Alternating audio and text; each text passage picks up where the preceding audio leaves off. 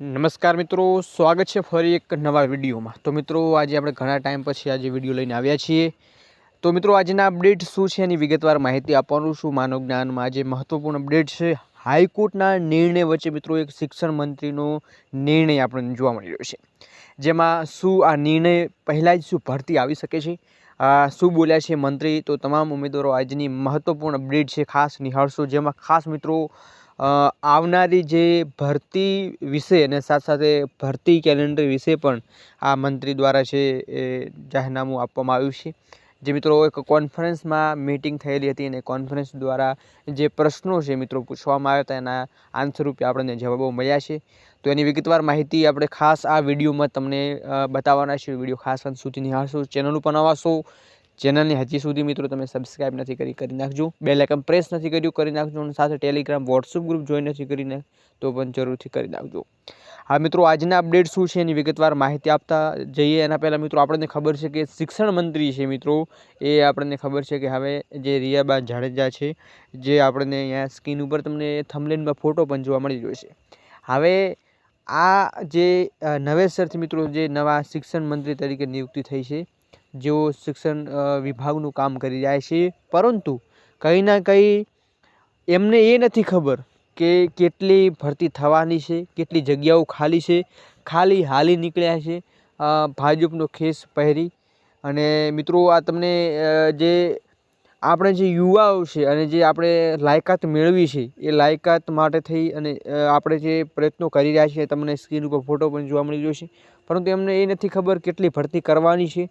ઉમેદવારો રોડ ઉપર શું કરી રહ્યા છે એમને એ નથી જોવા મળતું અને વાતો કરશે મોટી મોટી। મિત્રો આ પણ એક મહત્વપૂર્ણ છે। અહીંયા તમને સ્ક્રીન ઉપર જોવા મળી રહ્યું છે એક વિડીયો કોન્ફરન્સમાં અને કઈ મીટિંગ બાબતે અહીંયા ચર્ચા કરવામાં આવી હતી અને આજના વિડીયોમાં એ પણ માહિતી આપવાનું છું। તો ખાસ મિત્રો હાઈકોર્ટના એક મહત્વપૂર્ણ અપડેટ આવી ગયા છે અને વિડીયો આપણે ટૂંક સમયમાં લાવવા જઈશું।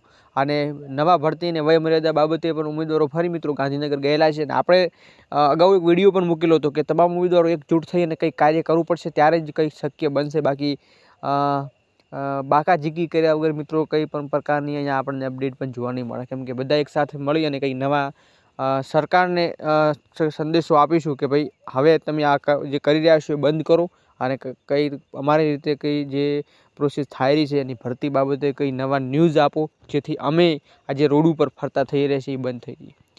તો મિત્રો આજના અપડેટ છે, વિડીયો ખાસ અંત સુધી નિહાળશો। ખાસ મિત્રો ચેનલ ઉપર તમે નવા છો, ચેનલને ખાસ સબસ્ક્રાઈબ કરી નાખજો અને આજના અપડેટને આપણે વિગતવાર માહિતી મેળવીએ।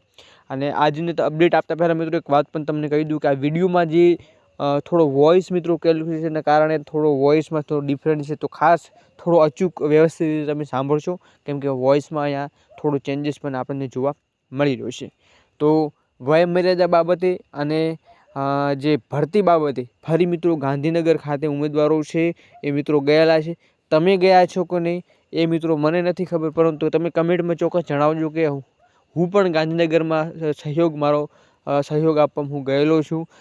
ભલે મારે રિવિઝન આન્સર કી નથી આવી, ભલે હું અત્યારે ટેટ પાસ નથી કરી, પરંતુ ભરતી બાબતે અને સારા એવા ગુડ ન્યૂઝ બાબતે હું પણ આ ભરતી પ્રોસેસમાં સામેલ થવા મારો એક અમૂલ્ય યોગદાન હું આપી રહ્યો છું। તો ખાસ મિત્રો તમે પણ જણાવજો કમેન્ટમાં કે તમે પણ જવાનો છો। ઓલરેડી મિત્રો જ્યારે કંઈ નવી બેઠક થવાની છે, નવું કોઈ આંદોલન અથવા નિવેદન આપવા જવાના છે, તો એનો પણ આપણે વિડીયો બનાવીશું, કેમ કે એકજૂટ થઈને જશો ત્યારે જ કંઈક નવો ફાયદો થશે।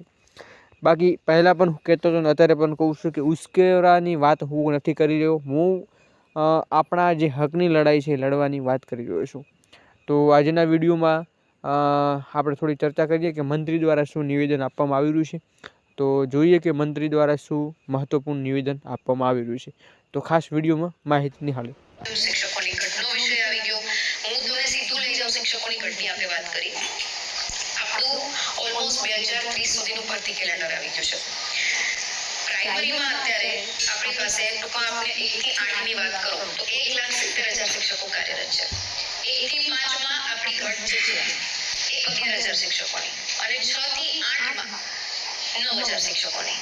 આ ઘટ અમે લગભગ 2027 સુધીમાં એની પૂર્તતા કરીશું અને કોઈ પણ કેલિબર વાળો ઉમેદવાર જે છે એ એનાથી તક જે છે છૂટી ના જાય, એના માટે એવી રીતના આપણે આખું કેલેન્ડર ડિઝાઇન કર્યું છે કે દરેક ઇન્ડિવિજ્યુઅલને એમાં તક મળે. એટલે ભરતીવાળો પ્રશ્ન તો લગભગ હવે 1 વર્ષ પૂરતો જ મર્યાદિત છે. પછી આપણે એવા ઝોનમાં આવી જશું કે જે નિવૃત્ત શિક્ષકો, જિલ્લા બદલીવાળા શિક્ષકો અને એની સામે નવા શિક્ષકો. એવી એક જ છે કે કેટલાક શહેર એવા છે કે જ્યાં ખાનગી શાળામાંથી સરકારી શાળામાં એડમિશન લીધા છે. આ હકીકત છે. પણ દરેક જગ્યાએ આવું નથી. તો આપણે જોયું કે શિક્ષણ મંત્રીએ કહ્યું કે 2027 સુધીમાં તેઓને 1 થી 5માં 11,000 શિક્ષકોની ઘટ છે.